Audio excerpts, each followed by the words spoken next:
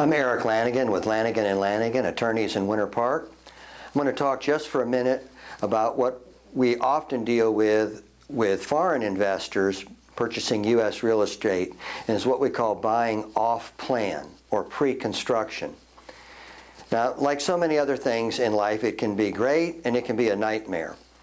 But let me explain to you essentially what buying off-plan is. It's buying a condominium or a home in a project that has not yet been built.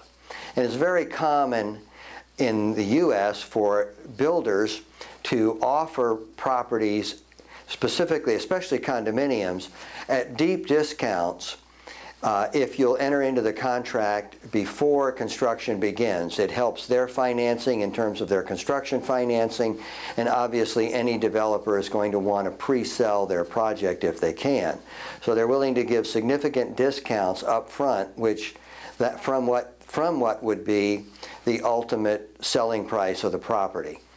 Now, if the market is very active and prices are rising, this can be very profitable.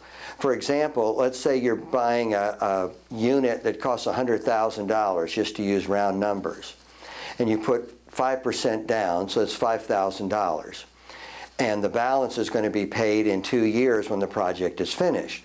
Well, if the project goes up 10% a year, it's basically now worth $120,000 at the time that you close. So your $5,000 initial investment is now worth $20,000 if you were to sell the contract. So you've got you can have a significant profit right from the beginning. Like anything else, though, the key there is, are you buying in an active rising market? Because obviously if the market is going in the other direction, you could find yourself holding on to a contract that nobody wants, and maybe a contract on a project that never even gets built. So having extensive research on the project, knowing the area is vital and critical before going into any type of off-plan investment. Now, if you are a foreign investor, there's a practical benefit in this type of off-plan purchasing.